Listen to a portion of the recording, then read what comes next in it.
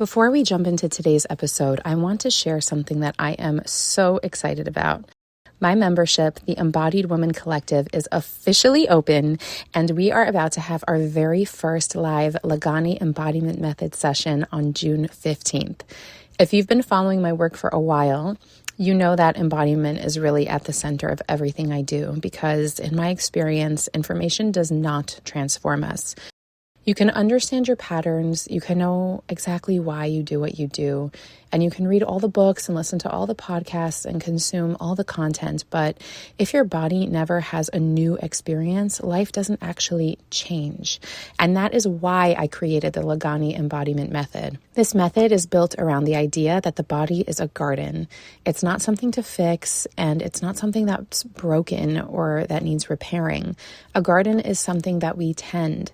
We learn its seasons, we notice what needs water, what needs sunlight, what needs rest, what needs support, what has outgrown the space and needs to be released. And over time, through attention and care, life begins growing naturally. So that is what this work is. It's learning to tend to yourself through emotion, nervous system work, movement, expression, energy, and embodied practice.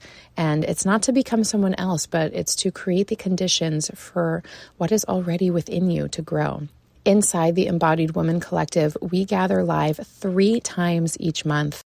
We have one Lagani Embodiment Method session with me, which is a deep embodied experience using movement, nervous system work, emotional expression, music, and guided practice to create lived shifts in the body. And then we're also going to have one new moon gathering where we explore the energy and themes of the Hebrew month through a Kabbalistic lens and receive practical tools, reflection, and guided embodiment practices to live in rhythm with that season. And then you're also going to have one crystal session where we work with a crystal associated with the energy of that month, according to Kabbalah, and learning its symbolism, qualities, and using it as a tangible anchor for intention, reflection, and embodied practice throughout the month. And for our very first session together, we are entering the energy of Tammuz. Tammuz is such an interesting month. There's heat to it, there's desire, there's movement, there's emotion rising to the surface. It's a month that can show us where we've become too controlled, too disconnected, or too busy managing ourselves to actually feel alive. And from a feminine embodiment lens, I see this as wild woman energy. And that is not wild as in reckless, that's wild as in alive. It's the part of you that trusts yourself enough to feel, to move, to express, and to let life move through you instead of constantly trying to contain it. And that is what we're going to embody together through music and movement and nervous system work, emotional expression, and a really powerful immersive experience. Right now, the Embodied Woman Collective is available at founders pricing for only $36 a month. Starting next month, that price is going to go up to $55. But anyone who joins now locks in the founders rate. So if your body is hearing this and something in you is saying yes, come join us. I would absolutely love to have you there. You can find the link in the show notes. Okay, now let's get into today's episode. Hello, everyone. Welcome to the Manifest Health Podcast. Today's guest is someone who feels almost impossible to introduce in a few sentences because she has been so many things in my personal life. She is a best-selling author of 2 books. She's the host of the incredibly successful podcast, Everything is Energy, where she has spent years helping millions of people expand their capacity for abundance, purpose, creativity, and living in alignment with who they really are. But more than any title or accomplishment, to me, she is a sister. I've known Cathy for over 25 years, and throughout so many seasons of my life, she has been one of those rare people who carries light and has been an angel just guiding me forward. She's the kind of person who sees possibility before you can see it yourself, and she's the kind of person who reminds you who you are. And in this conversation, she did what she does so beautifully. What started as a conversation about authenticity became something so much deeper. We spoke about what does authenticity actually mean, not as a buzzword, right? And not as self-expression for the sake of self-expression, but as a way of living. What does it ask of us? What does it require us to let go of? And how do we stop performing and start becoming? And Cathy gave what I can only describe as a complete masterclass. We talk about authenticity in its deepest, most embodied form. We share stories we haven't spoken about publicly before. We talk about our fathers, about the ways our childhood experiences shaped us, and how our journeys back to ourselves became unexpectedly intertwined. This conversation is tender, it's profound, it's so honest, and I genuinely cannot wait for you to hear it. So here is my conversation with the one and only beautiful and absolutely brilliant Cathy Heller. Enjoy. Cathy, thank you so much for doing this with me. This conversation was like playing in my head. It came in as a download of just what a powerful conversation we could have around this, because it's something that you really changed my life in such a powerful way. And it's something that I just felt the world, it needs to be brought to the world, and they need to hear this because of the way it impacted me. So firstly, thank you so much for being here. I love you. I love being with you. And I love that I've known you for so long, but now that I'm living back here and our schedules are more in sync and our whatever, it's amazing that we get to spend time with you so much. Yeah, I feel the same. Love you so much. It's so special. Yeah, it's been a while. So I want to just bring us to our origin story. Okay. Because that's really where all of this started. So we met when I was 9 years old, and you were like 19, 20 years old, right? You talk all the time about your mentor, Rabbi David Aaron. My mom has been his office administrator for the last 25 plus years. So that's how we met. Holy job. Yeah. They're really special people to work for. I know. And she's been there all this time, which is wild. We met at such a pivotal time in my life.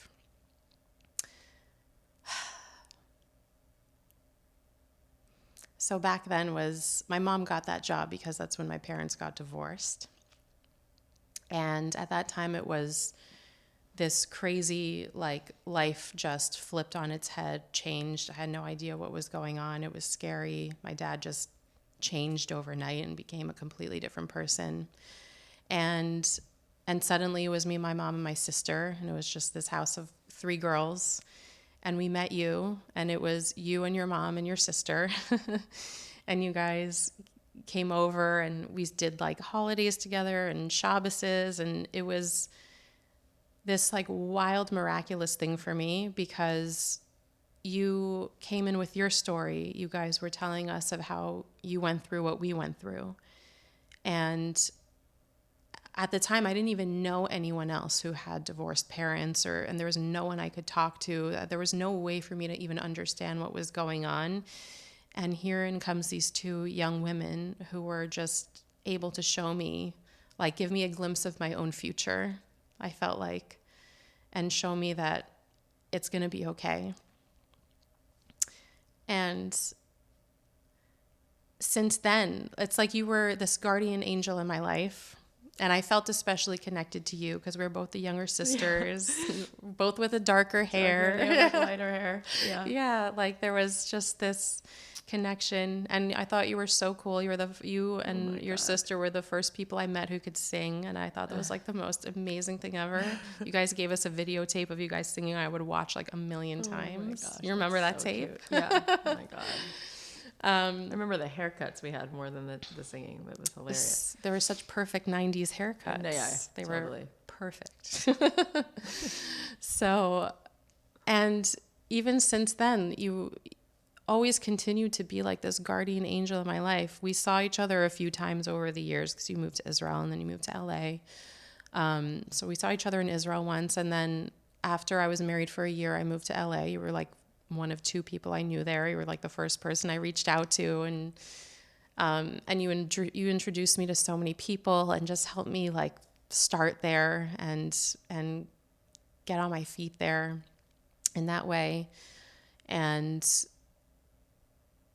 and inviting me to your home for just different things, different talks, different things you were hosting. There was just so much. You were always this like beautiful, shining light in my life that was always guiding me into a better life. And then when I had my first baby was when you started your podcast. We had our babies at the same time. We were due one day apart from each other.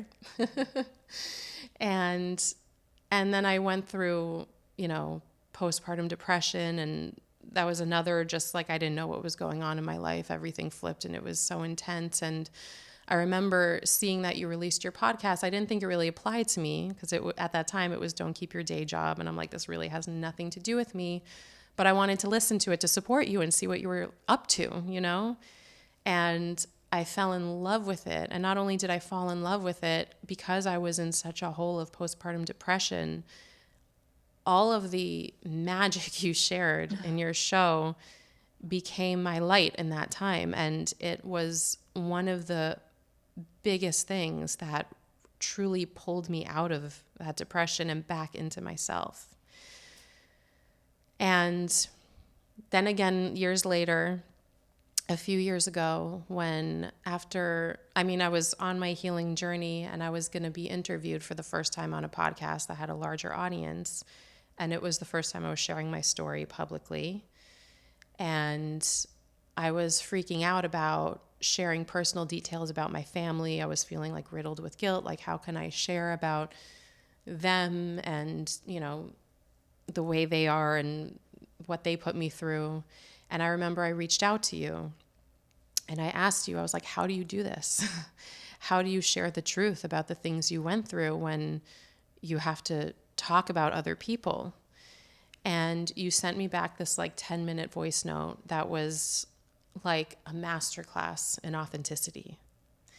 And that is really where I want to share your magic here, for you to share with us about authenticity. One of the things you told me was that the cost of having a relationship with you is your authenticity.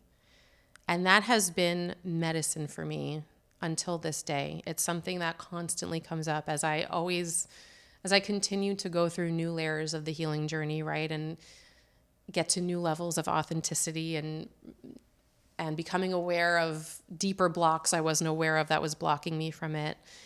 And I would just love for you, first of all, you can reflect, share, but then I would love for you to go into just give us what authenticity means to you. Like, what does that mean, that's the cost of having a relationship with us? What does it mean to be authentic? Such a beautiful question.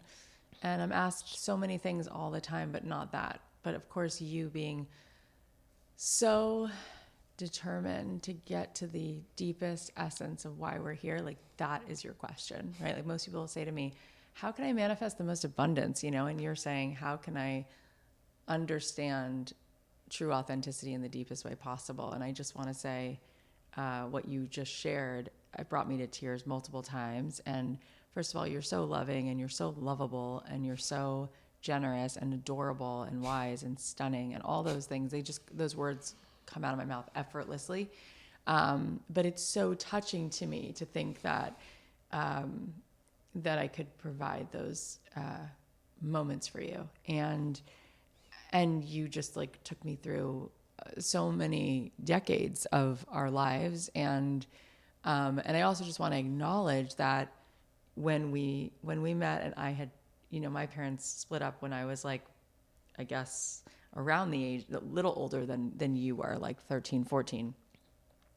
And then, it was a long process. And when I met you, it was like, as I was just starting to be on the other side of the worst parts of it, like really feeling like there was a light that came eventually. I just want to acknowledge, like, I forget the feeling of my own, the intensity and the suffering of that. And when you just said, I didn't know other people who had been through that, I was a little surprised because I feel like in the 80s and 90s, people's parents were divorced. But what I think you're saying is both, you probably didn't know that many, which is possible, like especially you were living a little bit more of an observant religious Jewish life and it's less likely there. But what I also think is what we had in common was the cruelty in which it happened. I think that's what was uncommon. I think that there were people who got divorced and, what have you. There might have been cheating or it's not good. It's not good. Zelotov, as we'd say. But what we had was there was a level of abandonment and there was a level of trauma and crises that was part of it that is so unnecessary and acute is what I would say. Like when my parents got divorced, eventually when I met people whose parents got divorced, I understood that now she had a stepmother or they did 2 Thanksgivings or whatever it was. And it's not like it was perfect, but it was different. In my scenario, my mom almost committed suicide. My father was lying, living a double life, cheating. And then overnight, my grandmother had a line that I remember her saying to him at the trial. They went to trial for 9 days, as if that's the amount of insanity and anger my dad had, that he literally flipped out. And instead of just going through a divorce and wanting to make sure everybody was okay and safe, it was like he was out for blood. For what reason? I think mostly guilt, because he left my mom, he cheated on my mom, all of that stuff. And then we literally didn't know who he was. It was like a monster had taken over this person. Yes. And he then got remarried, didn't even tell my sister and I. And we found out about it because he was pushing a stroller at Town Center Mall in Boca. And I called my sister from a payphone. This is before cell phones. And I said, Dad's pushing a stroller. I think he's remarried and I think he has a child. Like that's how, and so my grandmother's line to him was, you can divorce your wife, marriages come and go, but you can't divorce your kids. And what has happened? Like, not that she meant marriages come and go. She just meant it's sad that it's over, but you've divorced your wife and your children and something is really off. And so there was a level of abandonment, I think, that we went through. And I haven't really thought about that in a long time. And I do want people to hear it because I think there doesn't need to be a way we measure each other's trauma or pain. That's not necessary. We all have our own thing, but it is interesting that there are shades of similarities there. Yeah. And it's a very, it's a very hard thing to go through, and it changes the way that you show up and trust the world, and it changes the way that and yet, it's interesting that how I know you is connecting through Rabbi Aaron, because he really reparented me in so many ways. Not even that, he gave me food and shelter, although he did provide that, but really the love and the knowing that love was unconditional and wise and safe and available in the world completely changed my life. And so it's interesting that I just always felt your mom is part of a very magical and completely life-changing part of my life. And of course, she's the person who they would choose because she's special and loving and genuine, which is what's required. So I love it. And it's awesome to see you evolve from this really adorable, really smart, really good kid to somebody who's so brilliant and helping so many people to really actually live. And it's not a surprise. I mean, I say all the time, there's something magnetic about you that you've always had. It was like you would be the quiet one out of your family, but you were quietly observing and quietly knowing. It's just you weren't saying as much as everyone around you because you actually had so much to say. So to see you saying it now and to see those words come out of you like music, it's literally like poetry. And I said to you earlier, because I was interviewing you on my show, because you recently gave me 2 healing sessions and they were so literally powerful. And I said to you, you are so powerful as a Reiki, somatic, energy healer, whatever words you want to use. I said, but something else that you are is a phenomenal teacher. You are a master communicator.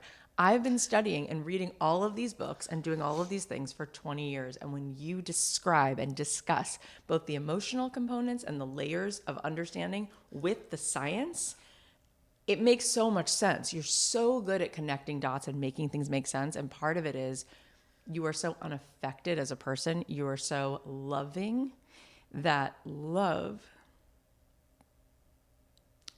is the most impressive thing that there is. And you have so much of it. So when information comes in the package of love, everyone can receive it. And there are so many teachers that they get it. They get it from a cerebral, they get it cognitively, but they themselves have not yet uncovered the amount of love that you have. So when those people teach it, you're kind of perceiving it, but you're also perceiving whatever's going on with that person and their ego. You know, we don't have to name names. We know who these people are. They're writing books and whatever. But with you, it's like the Talmud says, words from the heart enter the heart. And every word you speak is from the heart. And I'm just so grateful for that. And you've just personally really affected my life in the last, with the newest thing you've added to my life, which is the energy healing. Like, I was blown away. And I've had so many people do healing on me. And I was like, oh my God, this girl is so young to be this adept at what you do. So it was really amazing. And the answer to that question now is just to say that I think it's obvious, and I just said it, but I'll say it in a different way. The only thing that's actually real is love. Everything else is an illusion. Like, only love is real. Meaning, there are so many things that are counterfeit. And what I mean is, when we choose to understand that intention creates effect, that's the truth.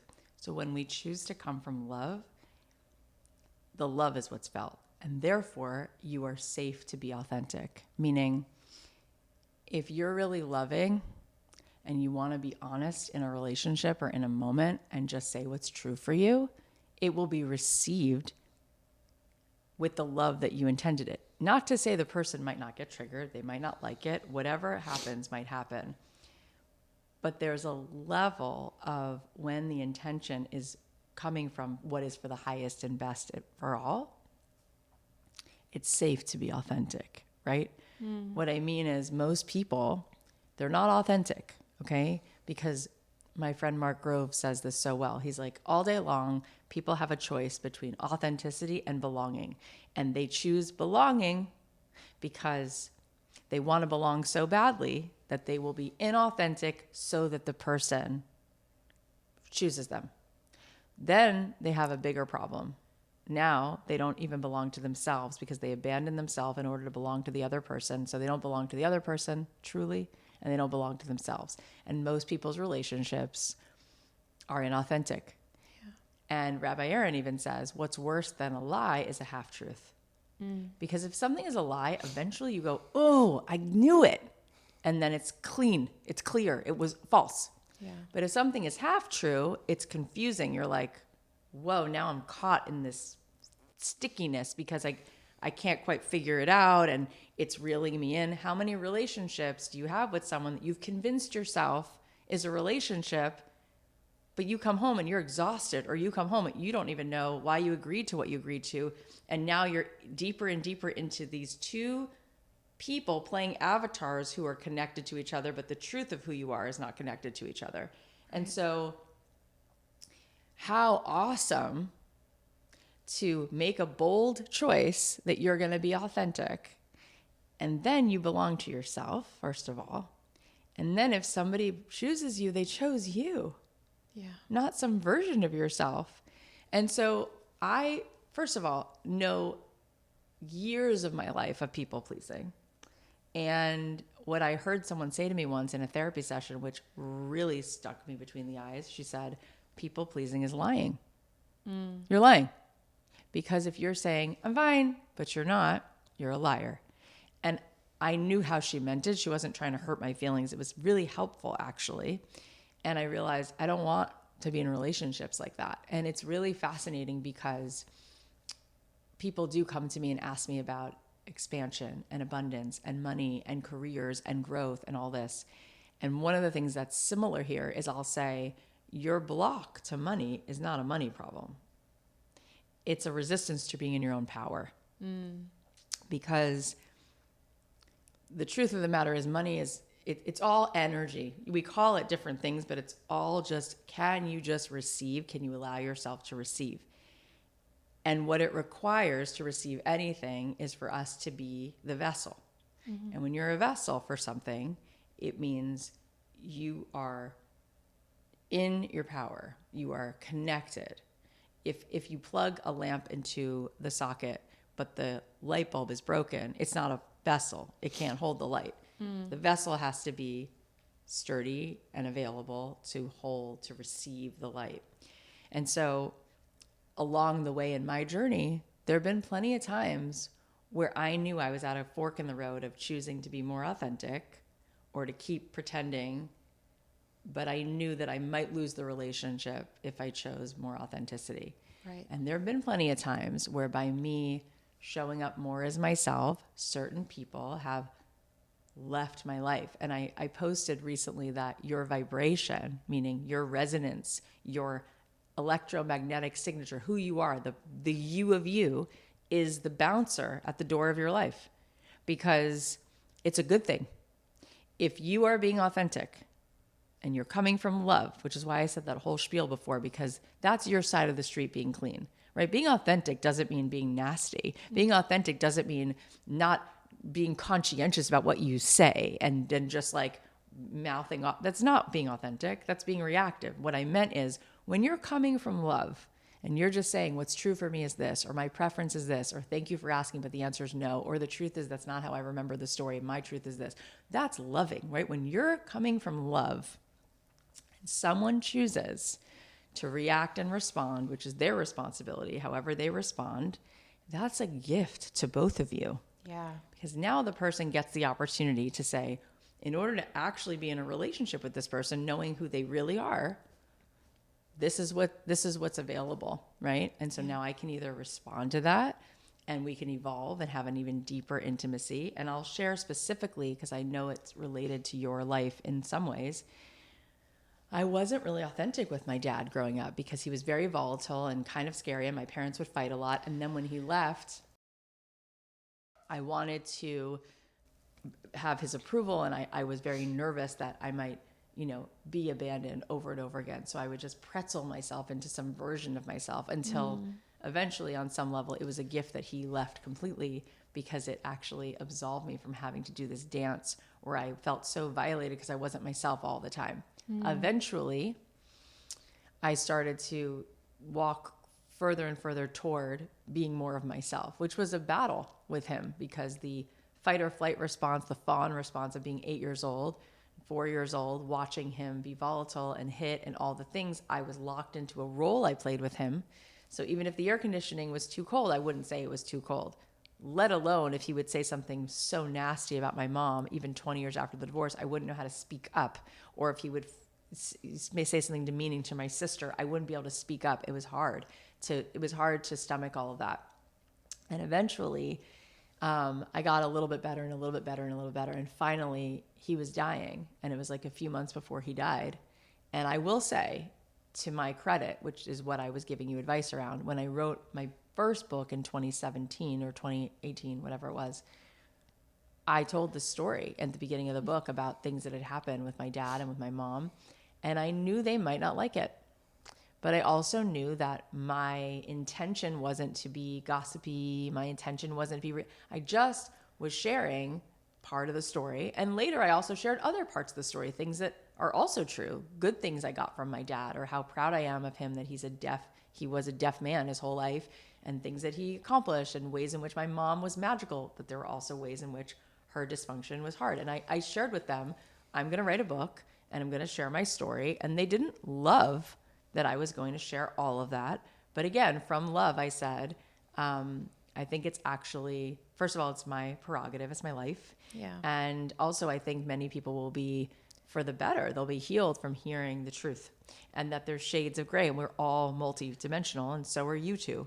So they, to their credit, said, okay. And they were proud of me they didn't love certain lines in the book, but they were, and I came to them with that love. But still, there was degrees of authenticity. And so I'll just share that years later in 2024, when he was dying, I knew that there was a conversation that we had yet to have about the years where he was not in my life. Some of the awful things that I had gone through that I just felt like I needed to speak out loud. And I didn't need him to fix it. I just needed to be on the earth with him at the same time at some point when I spoke truth to that. And so a friend of mine said, you're going to walk in there. And I said, I don't think I can. And she said, the 6-year-old version of you can't, but the woman you are can. And so that's the version of you that's going to walk in and have this conversation. Wow. And I walked in and he was sitting there. And I had told him a few days earlier that I'd like to find a time to talk. And he was ecstatic because he knew he was dying and he wanted that whatever distance we still had, which you could feel, he really didn't want that anymore, no matter what it would cost in terms of honesty. And so I walked in and sat down and I said to him, Dad, I know you're sick and I don't need you to do anything. I don't need you to apologize. I just need I need to be honest, and I need to know that in my life, I can just say what's true. And he said, okay. And I said, when I was 14 and you told me you were living with this woman, when I was 14 and you told me you were living at this apartment, I rode my bike with a gift for you on your birthday. And I got to this apartment and I was knocking on the door, and eventually I walked around and looked through the window and it was an empty apartment. And months later, I had seen a photo of you that on your birthday in February, you were skiing in Lake Tahoe with this woman. But later that day, when I rode my bike home, in the actual moment of that experience, you called and lied to me and said you had been out for the day. And months later, I found out that you were actually having an affair and you weren't even living there. You were living with her in this other place. And I told him, a lot of other things that were intense and hard, and moments when my mom, was suicidal and I needed his help and he just really wasn't there. And then a million other moments of things that I felt, things that I didn't say out loud at the time. And what my point is that he kept saying, don't stop, keep going. Wow. And he said to me, Kath, he said, I'm sitting here nauseous that you lived through these experiences and that I have a part in what I could have done differently, and it hurts me. He said, but at the same time, he goes, I've known, even though I didn't know these things or remember that you remembered these things, he said, I always knew that there was some wall between us and I didn't want the wall. So he said, you giving me the opportunity even to feel the badness, the bad things I feel, is you letting me in. It's intimacy. And what I realized was, because he didn't fly off the handle and because he wasn't rude and because we sat there, I thought it was going to be 30 minutes. Instead, it was 4 hours. Wow. What I realized was there was love, there was unconditional love available that I denied myself because I had made the decision that the relationship couldn't handle me and my truth. When I shared my truth, it actually changed everything. And he said, you could always share that stuff with me. And the truth is that there were years I couldn't. He really couldn't handle it at certain times, but there were probably, let's say, 10 years before that where he was actually emotionally available, but I had built a character around who I thought I was able to be and who I thought he couldn't handle. Yeah. And after that happened, I felt like I had moved a mountain literally like 5 feet. I felt that's how hard that was for me to do. And after that, I was authentic with everyone. The fact that the hardest person in my life to tell the truth to had happened and I had finally done it. A month after that, I said to my husband at the time, I was like, we need to separate. The version of me that's been playing a role as his daughter is no longer going to play that role. And I'm not available to do anything other than what's true. And so what's interesting is from that point on, everything got better because I was willing to realize that I didn't have to be inauthentic in order for people to love me. And therefore, I was actually finally available to be loved because it meant if I had a preference or a need or didn't like something, I could share that. And not only could the right, meaning the people who were meant to stay in my life, could they tolerate it? They were so happy to improve on it or also share with me what they needed. And it was like the world turned into Technicolor. I was like, oh my God, we're allowed to live this way?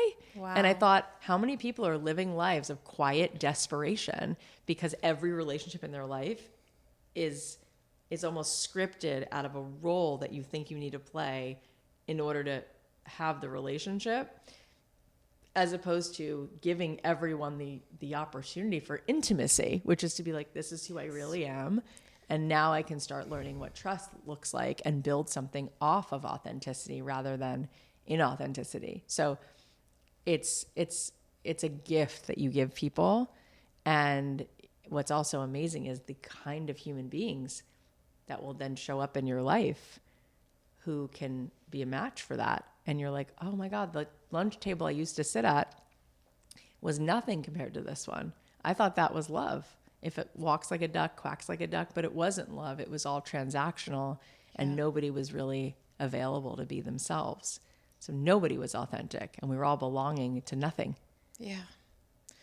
Wow.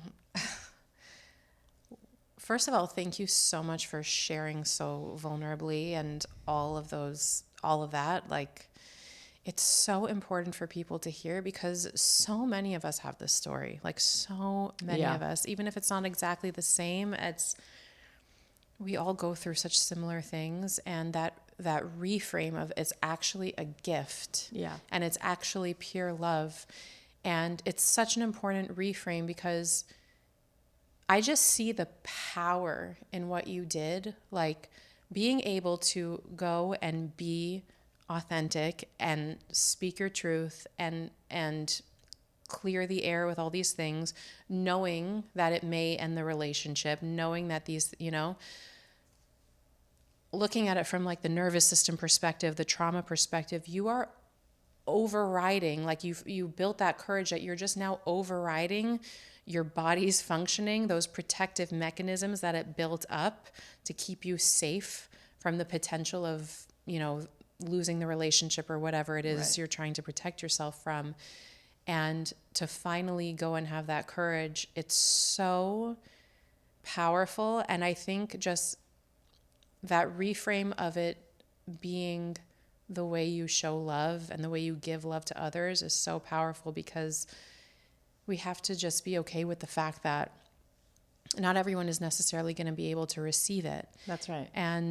And that's okay, because on the other side of that is you being able to receive all the love you've been dying to receive your whole life, whether you're aware of it or not. And I just relate to it so much because I went through so many similar situations with my dad. I was on and off with him forever. Like I would end the relationship for a few years at a time. I would try again. Same. And I didn't have, the last time I saw him was when I was 18 years old. And after getting married, my husband encouraged me to try and start up the relationship again. And when I did then, I think I was 21 or 22 at the time, I went in that time with a boundary. And I said, I don't have to have this relationship with you. I'm doing this for you. So if you're going to speak to me in these ways, it's over. And miraculously had peace with him for 14 years. And there was a lot that happened over those 14 years. There was a lot of me going through the journey of realizing that I didn't forgive him for anything and going on that journey of forgiving him. And the reason I did that was because when my daughter was born, my second baby, she smiled and she had his smile. And I was like, oh shit, I can't have my daughter triggering me and all that pain. And I need to forgive him now. I knew that was the only way I was going to free myself from all of it. And that it wasn't about him and that he didn't have the capacity to have any conversations at that point. And I went on that journey of forgiveness completely on my own without saying a thing to him. And miracles came about. He was a drug addict and alcoholic. He was so incoherent. And after I truly forgave him, he suddenly was like clear in his emails. I could understand what he's speaking clearly. He was more loving and more doting and just started showing up. And I got to experience having a father for the first time for a number of years. And it was healing and beautiful. And then there were also different things that came up when I started healing my own trauma and realizing that I had to have some deeper conversations with him because, again, I needed to free myself from deeper layers of things, right? I went through the trauma of being sexually abused by his father. And I went through realizing I have to tell him about it because I can't handle him talking to me about him anymore. And I need to set that boundary. Don't talk about him to me. And taking that risk that he might choose him over me. He might not believe me, and being okay with that. And it was your medicine that got me through that moment. And he chose me, and it was beautiful and so healing. And then again, like a year later or something, I was at this beautiful cacao ceremony led by these two amazing people, Yehuda and Malka. You would love them. And they were leading this exercise that they just like paired people up together, and we would look into each other's eyes and have like straight eye contact. And each of us for each other was playing the part first of the mother and then the father. And then he's like guiding you through all these different things. And in that, I was like, my inner teenager popped up, and she was like, excuse me, you have a relationship with him? Did he ever apologize? Are you freaking kidding me? And I was like, oh, I had to go like back into this new layer of healing around it. And again, with that courage, with that medicine you gave me, because I realized that with healing, you get to this point that you become the person that your inner child needed to protect 100%. You. And so I was like, I have to protect her. I have to go stand up for her. And it doesn't matter what comes out of it, even though I've built up years of peace and this miraculous relationship that I could never even dream of as a kid. I would never believe this was possible. And had to risk it because I know he can't handle it, and he doesn't have the mental capacity for it. He also has mental illness. Like he lives in a different reality. He doesn't even understand that he was abusive. He doesn't understand that he's a drug addict. Like he doesn't understand anything, you know? So, and still it was just that ultimate love to myself. I didn't even necessarily think of it as love for him. I was like, sorry for you that I'm probably killing you, but I have to do this for myself and for my inner child.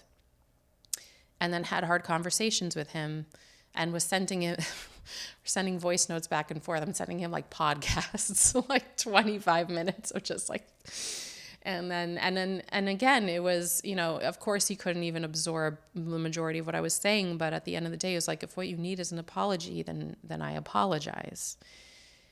And it was beautiful.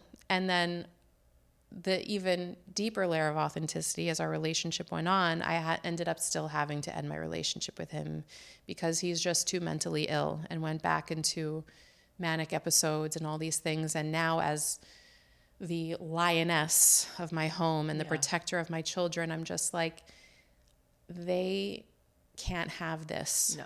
And it's not like they have anything to do with him. They get a lesser version of me by dealing with this. Of course. And there's so much grief in ending such a miraculous, beautiful thing. But again, it was that love to myself and that love to my children that it had just had to be done in the name of my authenticity, right? And then the magic that came out of that, of finally freeing myself, that next deeper layer of authenticity showed itself to me that I didn't even realize, that almost everything I was doing in life was functioning from a place of wanting his approval that I would never, ever get because he does not understand me, you know?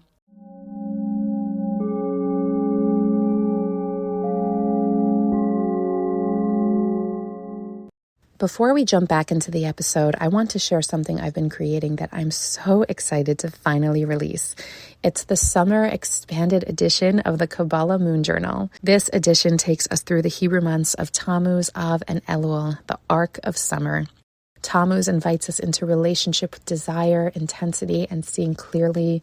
Av moves us through grief, love, listening, and transformation, and Elul becomes a return an invitation back to ourselves, back to closeness, back to what matters most before entering a new year. This journal was created to help you work with the energy of each month in a way that feels grounded, practical, and lived. Inside, you'll find expanded teachings on each month, journaling prompts, guided somatic practices, reflections connected to the lunar cycle, and new sections designed to help bring these ideas into everyday life. One of my favorite additions to this edition is our collaboration with Orihaganu's crystals, where each month now includes the crystal connected with that month's energy, along with guidance for working with it intentionally as part of your practice. We also added deeper foundational teachings, expanded introductions, and more ways to connect the wisdom of Kabbalah with the body, rhythm, emotion, and the actual texture of daily life. If you've been wanting a way to live more in tune with the seasons, not just outside of you, but within you, you are going to love this. You can grab the summer expanded edition of the Kabbalah Moon Journal on Amazon or click the link in the show notes.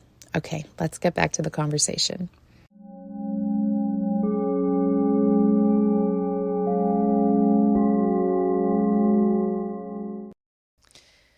It's huge. And I mean, it says so much about you that you are able to continue to just like trust your intuition and do the next right thing. And who knows what the journey holds, and if and when in this lifetime he'll ever get it, or if he won't. It's not your business. Right. But what is your business is just continuously trusting what's next. And I posted this thing the other day and I said, you could save a lot of money at Sephora if you just chose to be authentic, because the beauty that comes out of a person who is in their own skin is stunning. Mm-hmm. And we often, and we've been talking about it, but let's just say it again. The number one reason we usually will not be authentic is we don't want the response from outside. Yeah. And when you come to arrive at your own door long enough to decide that that's more what matters, is your well-being, what is often amazing is that it winds up being the best thing for each person, because that is your line. That's your cue. You're not gaslighting yourself anymore. You're saying whatever is your truth that God has put in you to say, which then gives the other person an opportunity to be autonomous and make the next chess move, versus everybody playing some role that doesn't give life to what is real. And so it's actually an opportunity for him, and who knows what he does with it, but for you, it's an opportunity for you to hold the boundary and know what's true for you. Yes. And I just want to say about authenticity, we could really talk for hours. We need to do more episodes, both on each other's shows. But one of the things I just want to say that I'm realizing as we're talking about this is, so my podcast initially was called Don't Keep Your Day Job. And I used to say the opposite of depression isn't happiness, it's purpose. Mm-hmm. And I started that whole thing because of watching my mom unravel into depression, and knowing that ultimately she was unraveled and gone into depression because she wasn't speaking her truth or expressing her gifts, and that so many people are sort of asleep at the wheel. They have some random job that's not really them. They're not authentic. Their relationships are inauthentic, which is why I use that title, because a day job is usually like a synonymous way of feeling like you're checked out 8 hours a day. Right. And what would happen if you were just being you, or even getting paid to be you? But I say that because the number one reason I often hear from people why they don't choose to do the thing they want to do, let's say professionally, it also comes down to authenticity, because there's a feeling of needing to do it right, which is basically wanting approval. And if they were messy, or they started their cupcake business or their coaching business or their organizing business, or they auditioned because they want to be a dancer and in some way they didn't get it right, or they weren't who the other person wants them to be, that thought of not belonging is so crippling that they would rather opt out of the becoming of who they are and allowing themselves the messiness of creating things and making things messy. That they'd rather opt out of that just at the thought that the journey could endure some rejection or people saying things about them. And the truth is, whether you're starting a podcast, or you're showing up real in a relationship, or you're being who you are on social media, or you open a brick and mortar, whatever it is that you choose to do, first of all, people are so consumed with themselves, they care less than we think that they do, number one. But even if they do care, even if it does bother them, or your dad makes some comment about you now, or whatever it is, at the end of the day, it's your life to live. Yeah. It's not a conference call. It's not supposed to be a focus group of how Tamar lives her life. And your greatest gift to the world is your self-realization. It's you becoming who God asked you to be. And the outcomes of everything is actually none of your business. We don't understand the spiritual chessboard, right? But there's the linear world that we see with our eyes, and then there's 99% of reality you don't see with your eyes that's actually calling the shots. Like, we don't realize that in the Talmud, the reason the Beit HaMikdash was destroyed is because somebody invited somebody to a party and they didn't feel invited, and whatever else happened, and there was this like horrible argument. So who is to say what would like right the ship of humanity could be one person stepping into their truth, or one person giving forgiveness to someone, or one. What I'm saying is our soul path is what's at stake. Yeah. Not what other people comment or what it looks like, because no one's holding the scoreboard except for God. Mm-hmm. And so when each of us says, like when I started my podcast, I didn't think, how am I going to get 1 million downloads? You know, we now have 50 million. But it wasn't even on my goals list. My goal list was, I want another opportunity to speak truth. I want to pour truth in the world, because there might be 3 people who hear it, and those 3 people might be the reason I'm here today. And that's what matters to me. And so people say, just as an example, how did you get your show to do that? Or how did your book hit the bestseller list? And I'm like, I didn't hire the publicist. What I bet on is sheer authenticity, because you know what's interesting to people? Even if someone doesn't like Bruce Springsteen, and I use this because I don't really have an opinion about Bruce, but I don't really know his music. And I was sitting next to this woman at a anniversary party, and she's obsessed with him, and she couldn't stop talking about him. And her sheer conviction around this guy made me like her. It didn't make me actually interested in going to listen to the Bruce Springsteen records, even though I'm sure he's great. I just was like, she's amazing. Look how passionate she is. And if somebody's passionate about anything, or telling me that they love, you know, a certain cause, or there's a book they love, or a poem they love, it's the authenticity. When somebody is fully unbridled in just being themselves, it gives permission to everyone else in the room. And so the thing is, when someone walks in a room and they're not authentic, it's selfish, because people can feel then that you didn't come in with wholeness. You came in needing the approval, needing them to subscribe, right? Like and subscribe. When somebody comes in is like, this is just who I am, right? It's very freeing, because you know in that moment, you're allowed to like certain things or not like certain things, and they don't need you to. So it's not manipulative. And then at the same time, it gives you permission to say, no, I didn't like that movie. Oh, really? I did. Cool. And you know the other person who's being authentic can probably handle it. You voted differently. You don't like that. You are actually annoyed at what they just said. And life becomes alive and interesting and diverse. As Rabbi Aaron says, you look out at a forest, or you look at an orchestra, there's wood instruments, brass instruments. You look at a forest, there's tall trees, short trees, there's different kinds of species. We say every day, Shema Yisrael, that everything is one, echad, everything's one. Oneness is not sameness. It's not meant to be the same. That's right. We're not meant to be a copy paste of each other. What gives an orchestra the amazing gift that it gives is the blending of wood and brass. It's what makes a garden gorgeous is the contrast of a yellow flower and a purple flower and lavender and eucalyptus, and they're all different in their authenticity.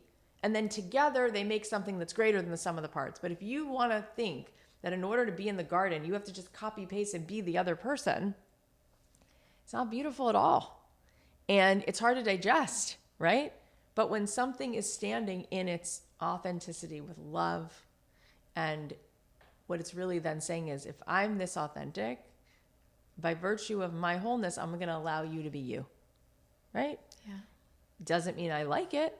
Doesn't mean I might not make a choice around what it is you say or do. I still have the capacity to choose what feels good to me. But there's a mutual, like, we are all agreeing to be whatever we were asked to be by our creator. And that's our assignment, right? Not to be liked, and therefore you get to the end of your life and say, it's the Zusha story. Like, I was everything but who God asked me to be. So then my assignment, even if everyone liked me, I sort of failed at the assignment, because the assignment wasn't be liked by everyone as if it's your personality. The assignment was be the version of you that you on your soul level has been asked to be in the world, and allow it. If it triggers people, they're welcome. I'll just say this one last thing. If you've been sitting in a dark room and somebody turns the lights on, it hurts your eyes. And so there are people who come in our life and they're the light, and it hurts our eyes. But eventually that person has a choice. Is that a gift? Do they actually want to reach for more light, or do they want to stay in the dark? And so at the end of the day, even whether you inspire someone or you trigger someone or it's neutral, you're welcome. And the rest is in divine order. It's the letting go. It's not our business. Yeah. Wow. That was like the ultimate masterclass in authenticity. Oh my God. Wow. That was so beautiful. And so my question to everyone is like, what would you say? What would you do? What boundary would you set? What business would you start? What thing would you create? What person would you reach out to? What thought would you stop ignoring if you allowed yourself to be the full, messy, authentic, unbridled, unleashed version of you?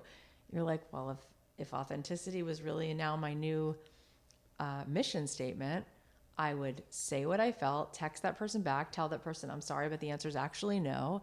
Move out of this relationship, start that business, write that book. It's like, of course you would. And all you needed was the permission to live life according to your soul, and know that maybe that's the gift that you gave everyone else. Because if everybody stopped trying to morph themselves into who everyone else wants them to be, we could just be the version, the instrument that God put us here to be. And overnight, the world would be so much more beautiful and healed. Yeah. What you said also about what thought would you stop ignoring?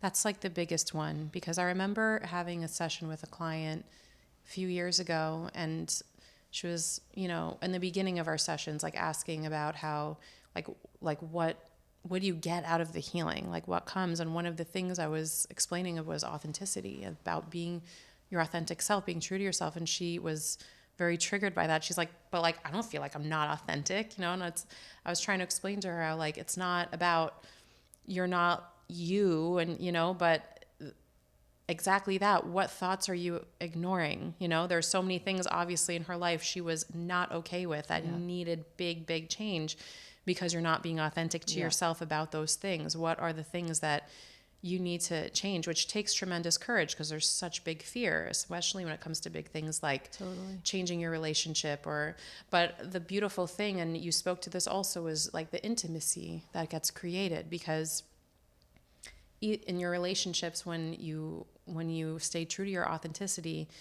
either that relationship is going to fall away, or the intimacy is going to create such depth and richness in your life and in the relationship that is you cannot possibly imagine. Which is everything we're after. Exactly. How many people have Thanksgiving dinner and they're exhausted afterwards because nobody there was themselves?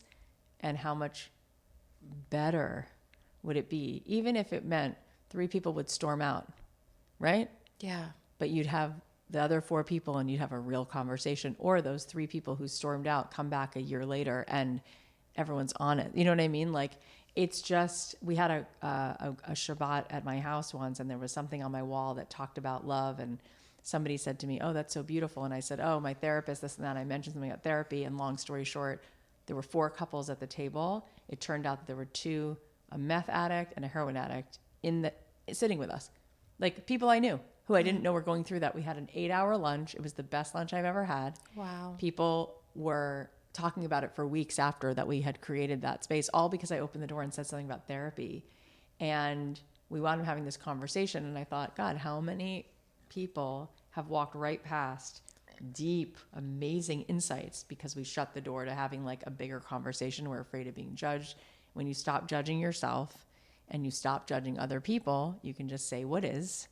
And there's room for everyone to be, because we're all beautiful, we're all broken, we're all messy, we're all brave, we're all liars, all of us, all of it. Yeah. So when we come over the shame and we just come to love ourselves, all of a sudden there's room for everyone else to show up and be themselves. And those are the best people to be friends with, not the people that need you to be a version of you that is always, you know, straight and perfect and all of that. So anyway, I love you and thank you. This is just the beginning and there's so much more we need to keep uncovering. Yeah, I feel like we could have endless conversations. Yeah. Yeah, wow. Thank you so, so much. And I also just want to thank you so much for what you reflected to me about what you saw in me as a child, because you just did like years of inner child healing for me, because that was one of just my experiences of no one saw me as a child. No one saw me like that. I didn't know I was like that. I only knew myself to be a problem. And the fact that I had someone that young who could see who I was already and what you reflected of like, I couldn't speak. And it's interesting that really started that. I mean, I was always shy, but I remember when my parents were going through the divorce, my mom told me I wasn't allowed to tell anyone about it. And then she'd like bring me to the therapist. I wouldn't say a word to the therapist. She's like, why don't you talk? I'm like, you told me not to talk. I didn't understand that that's a place you can talk, you know? And now I'm talking. And you have so many amazing things to say. Thank you. And you always will. And so do you. And thank you for being that just angel in my life to light that path for me. It's such a blessing to be any part of it. And I just can't wait to watch you continue to just like change the world. Same for you. It's such a joy to witness you in everything you do. Thank you. And so tell everyone where they can find you. They can find me on Instagram at Cathy.Heller. I post every day something that I think is inspiring or helpful, uplifting. I wrote 2 books. One's called Don't Keep Your Day Job, about finding your passion. And one is called Abundant Ever After, about unlocking abundance and how we manifest and master manifestation through like a Jewish Kabbalistic lens. And I have this podcast called Everything is Energy, and it comes out once a week, and all of that's there. And they're so good. Your books, your podcast, everything is, it's Thank life you. changing. And everyone, you. If you haven't heard of it, it's Thank shocking to me if you haven't, and get on it if you haven't, Thank because wow. Thank you. Love you. I love you. That was amazing. Thank you so much for being here. Thank you for listening. If this episode resonated with you, the biggest way you can help support this work is by engaging with it. Please make sure you're subscribed so you don't miss what's coming next. And please leave us a review and a rating and share it with someone who needs to hear this. Truly, this matters so much more than people realize. When you subscribe, when you leave a review, when you share, that's what allows this podcast to grow. It's what helps it reach the people who are ready for this work but haven't found it yet. So if this spoke to you, please let it move beyond just you. Take a screenshot, share it on your Instagram stories, and tag me at manifest.health.official. I love seeing what's landing for you and being in that connection. And if you feel called, I would love to hear your takeaways. Please send me a DM. Tell me what shifted for you. I read it all, and I would love to connect with you. See you next time. Thank you so much for being here. Thank you for choosing depth, for choosing growth, for choosing to live awake and embodied in your own life. I'm Tamar, a wife, a mother to 5 beautiful children, and a woman deeply devoted to living in alignment with God, Hashem. I spend my days homeschooling, creating, tending to my home and family, and building work that helps women come back into their bodies and their truth. I'm a somatic energy practitioner and teacher. My work weaves together nervous system science, somatic healing, quantum principles, Kabbalah, and Torah-rooted God-centered wisdom. I'm the founder of Manifest Health, the Embodied Woman Collective membership, and I'm the creator of the Kabbalah Moon Journal and the Lagani Embodiment Method, which is a body-based healing framework that integrates breath, movement, sound, touch, and embodied awareness to restore alignment and inner peace. If you'd like to go deeper, you can connect with me on Instagram at manifest.health.official or join us inside the Embodied Woman Collective membership at naz.com/manifesthealth or just click the link in the show notes.